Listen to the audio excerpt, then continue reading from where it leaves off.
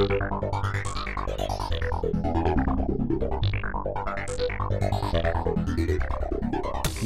back to Lurking Dusk. As always, I'm your host, Benny Paulsen, and it's getting snowy here in little old Graniville. Holiday time is here, listeners, and let's not forget to give extra care to our neighbors with the season. For those of you already celebrating, I hope your holiday has been, or is currently being, swell. I know it's been a good time for me, and I do have a holiday story to share. But before I go any further, I do have a personal announcement I'd like to make. Since it is winter time once again, I would like to bring attention to Graniville's conspiracy cultist group, the Order of the Leaf. Every winter, beginning about 3 years ago, the Order tends to spread their belief that the snow we receive in town is not real snow, but a flurry of decoy snow that is released upon the town by the government. They have asserted that they believe this fake snow is made to spread disease, or the snow is actually disguised microbots that are made to eavesdrop on the townspeople. Now, I know we have a history of federal experimentation, but these crackpot theories are just ridiculous. I have spoken with the Order many times about their crazy theories and how they don't make sense, but they never seem to listen to me. It is because of this that I would like to remind you all that arguing with the Order is not a wise decision, and they should just be ignored. I know it gets annoying, but use the power of your holiday spirit to plug the Order from the season. Alright, now that that's over with, I'd like to share my holiday stories so far. This past Monday, Herla and I had thrown a holiday party for some of our friends. We shared some time with Sheriff Gaspin, Mrs. Kirtley, Jovan, and some other friends. A lot of them had brought food, and we spent the night drinking, talking, and playing party games. I personally enjoyed the competitive karaoke that Sheriff Gaspin had challenged me to. We had an exchange of gifts, and there was so much joy shared between all of us. During the party, Herla had proposed the idea to create a batch of food to give to the needy at the local shelter. We all agreed and shared our time with those wonderful people.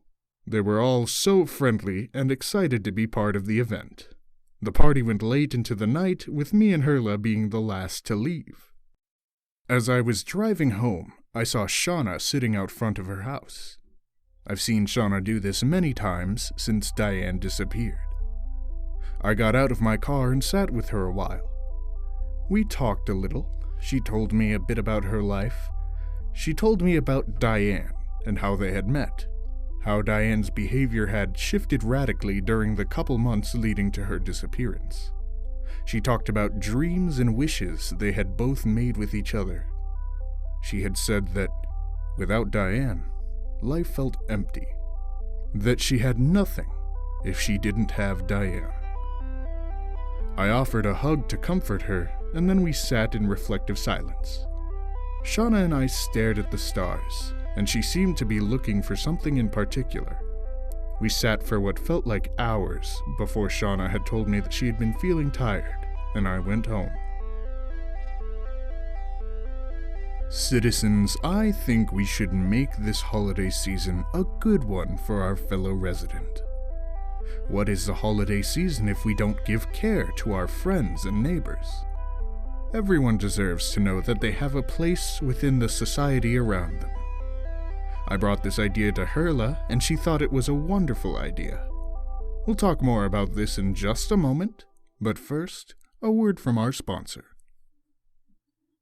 Lurking Dusk and JFF Radio are sponsored in part by the Chick Outlet.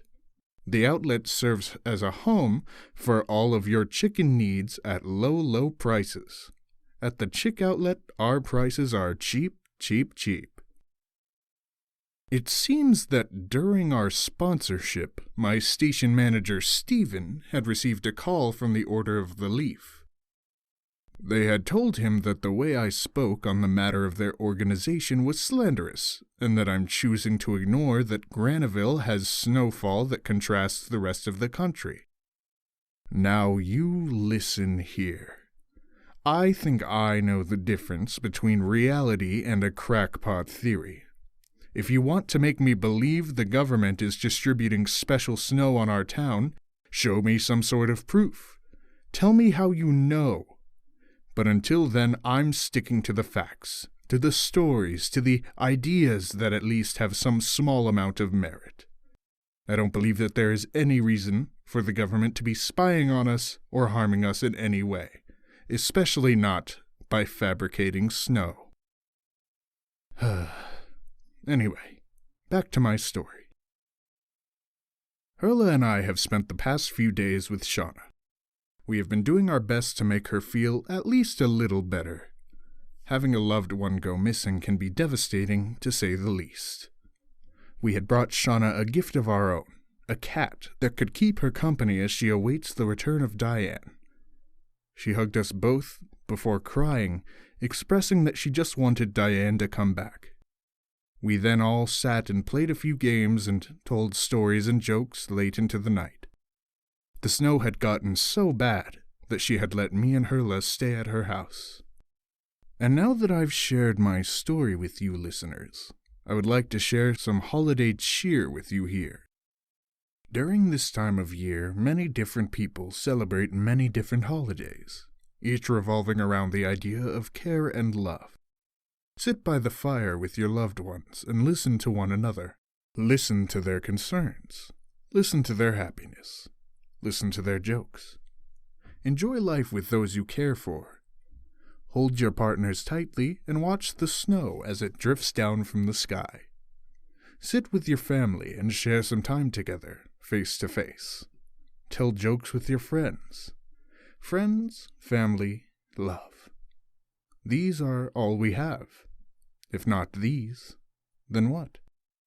I thank you once again for joining me on this night, my dear listeners. Remember to keep yourself warm, keep your spirits high, and keep yourselves away from the Order of the Leaf. They're a bunch of nonsensical jerks, if you ask me.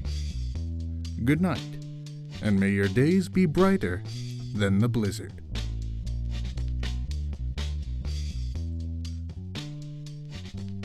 Graniville is written and directed by Oshay McGrogan, with music by Sam Hinojosa. The voice of Benny Paulsen was Oshay McGrogan. We would like to apologize for the lateness of this episode, and we do promise that episodes from here on out will be coming out on their regular schedule. Thank you for listening.